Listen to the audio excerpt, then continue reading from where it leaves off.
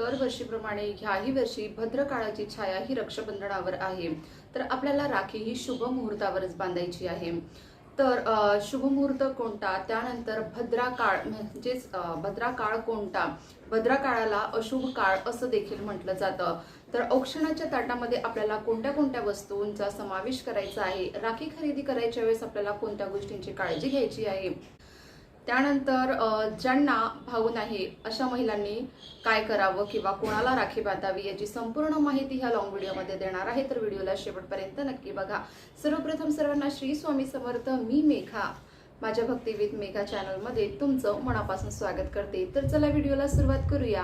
व्हिडिओला शेवटपर्यंत नक्की बघा. रक्षाबंधन 28 ऑगस्ट 2026 वार शुक्रवार.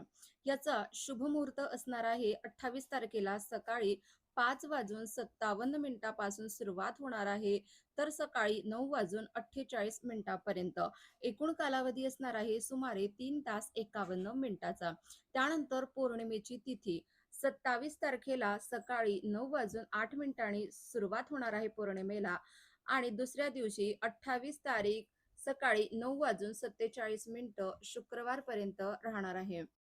भद्राचा काळ हा 27 ऑगस्ट 2026 रोजी सुरू होणार आहे, तर 28 ऑगस्ट पर्यंत म्हणजे सूर्योदयापूर्वी याची समाप्ती होणार आहे.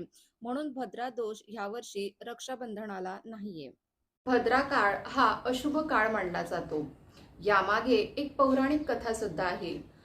असं म्हणतात की शनिदेवाची जी बहीण आहे ती स्वभावाने अगदी रागीट आणि तापट स्वभावाची होती. ती कोणत्याही शुभ कार्य असो किंवा यज्ञ असो यामध्ये ती नेहमी अडथळा टाकायची.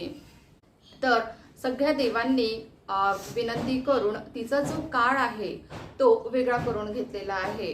यालाच भद्रा काळ असं देखील म्हणतात. म्हणून ह्या भद्रा काळामध्ये कोणतं शुभ कार्य केलं जात नाही. म्हणून बहीण भावाचं जे नातं आहे ते खूप शुभ असतं, पवित्र असतं. म्हणून ह्या काळामध्ये म्हणजेच भद्राच्या काळामध्ये, अशुभ काळामध्ये बहीण भावाला राखी बांधायची नाही. जर आपण बांधली तर त्याचे जे परिणाम आहे ते वाईट होतात किंवा अशुभ असं घडायला लागतं. म्हणून आपल्याला भद्र काळामध्ये बहीण भावाला राखी बांधायची नाहीये. तसं तर ह्या वर्षी जे आहे भद्रा काळ हा सकाळी म्हणजे सूर्योदयाच्या आधीच समाप्ती होणार आहे. त्यामुळे आपल्याला शुक्रवारी दिवसभर आपण राखी बांधू शकतो. शुभ मुहूर्त हा सकाळचा दिलेला आहे, पण जर सकाळी शक्य नसेल राखी बांधणं, शक्य तर तसं तर होतच नाही म्हणा, कारण की सकाळचा टाइम आहे. पण ज्यांच्याकडनं जर शुभ काळामध्ये राखी बांधणं शक्य होत असेल त्यांनी बांधावी. जमेपर्यंत ह्या शुभ काळामध्ये देवाला तरी नक्कीच राखी बांधावी.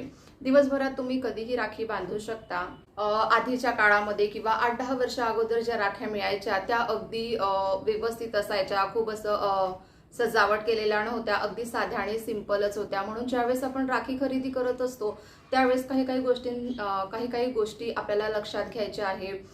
खूप अशा मोठ्या किंवा खूप अशा डार्क रंगाच्या, जसं की काळा झाला किंवा ब्राऊन असा रंग असेल, तर अशा पद्धतीच्या राख्या आपल्याला खरेदी करायच्या नाही. अगदी साध्या सिंपल सुशोभित राख्या आपल्याला घ्यायच्या आहे आणि त्याच बांधायच्या आहे. बघा, आधीच्या काळामध्ये जसं की कॉटन जे येतं, कॉटनच्या राख्याच बांधल्या जायच्या आणि आताही त्याच बांधतात. त्याला आपण पोती असं म्हणतो. आणि नंतर जे काही सुशोभित राखी असते ती बांधल्या जाते. आता जे लोकरची एक राखी असते, अगदी छोटीशी असते बघा, तीच राखी आपल्याला आधी बांधायची आहे आणि नंतरच मग आपल्याला सुशोभित राखी बांधायची आहे. तर शक्य असेल तर नॉर्मली साधी सिंपलच आपल्याला राखी घ्यायची आहे. त्यानंतर आपण ज्या वेळेस राखी बांधत असतो तर राखी बांधायच्या वेळेस आपल्याला औक्षवण करायचं आहे भावाचं. तर औक्षवण करायच्या वेळेस पाठ ठेवायचं आहे. पाटाच्या सभोवळ आपल्याला रांगोळी काढायची आहे. भावाच्या डोक्यावर एक तर व्हाईट कलरची टोपी किंवा रुमाल असावा. त्यानंतर औक्षण करायच्या वेळेस ताटामध्ये हळद, कुंकू, अक्षदा, एखादं स्वीट असायला हवं. त्यानंतर तुपाचे फुलभात किंवा कोणाकोणाकडे अशी पद्धत असते की कणकीच्या दिव्यांनी 5 दिव्यांनी ओवाळणी करत असतात. जर तुमच्याकडे जी पद्धत असेल त्या पद्धतीने तुम्ही ओवाळणी करू शकता. त्यानंतर मोठा भाऊ असेल तर त्याचे आपल्याला पाय धुवायचे. खरं तर लहान भावाचे सुद्धा धुतात. त्यानंतर जे आहे एक सुपारी आणि जी सोन्याची अंगठी असते याने आपल्याला ओवाळणी करायची असते. अगदी साधी सोपी आणि सिंपल असंच ताट आपल्याला ठेवायचं आहे. तसं तुम्हाला ज्या पद्धतीने डेकोर करायचं असेल त्या पद्धतीने तुम्ही करू शकता. पण ह्या अगदी साध्या साध्या आणि काही छोट्या गोष्टी आहेत ज्या आपल्याला औक्षणाच्या ताटामध्ये असायलाच हव्या. महत्वाची गोष्ट म्हणजे त्यामध्ये दिवा असायला हवा आणि हळद कुंकू आणि एक सुपारी किंवा सोन्याची अंगठी याने आपल्याला औक्षण करायचं आहे. तसं तर बहीण भावाचं नातं हे खूप अतूट, घट्ट आणि प्रेमळ असतं. बघा ना, आपण लहानपणी खूप भांडत असतो, त्यानंतर मोठे झालं की बहीण भावाचं जे नातं असते, संबंध असतात, हे काहीतरी वेगळ्या स्वरूपाचे होत असतात. एक बहीण जी आहे ती भावासाठी परकी होत असते. तसं तर बहीण भावाचं जे नातं आहे ते खूप अतूट आणि प्रेमळ असतं. दोघंही एकमेकांचा नेहमी विचार करत असतात की आपल्या भावाचं चांगलं व्हावं आणि भाऊ आपल्या बहिणींबद्दल विचार करत असतो की नेहमी आपल्या बहिणीचं चांगलं व्हावं. देवाला नेहमी आपण एकच प्रार्थना करतो की देवा माझ्या भावाला सुखी समाधानी ठेव, त्याचं आयुष्य अगदी व्यवस्थित सुरळीत असू दे. खरं तर प्रत्येक बहीण भाऊ जे आहेत हे रक्षाबंधनला भेटतात असं नाहीये.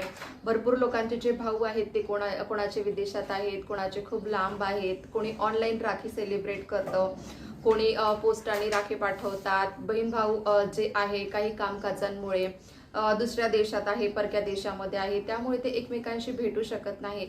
पण ज्यावेळेस भेटतात त्यावेळेस एक वेगळाच आनंद त्यांना म्हणजे आनंद जो आहे तो तयार होत असतो त्यांच्या मनामध्ये. कारण की भाऊ हा लांब असो की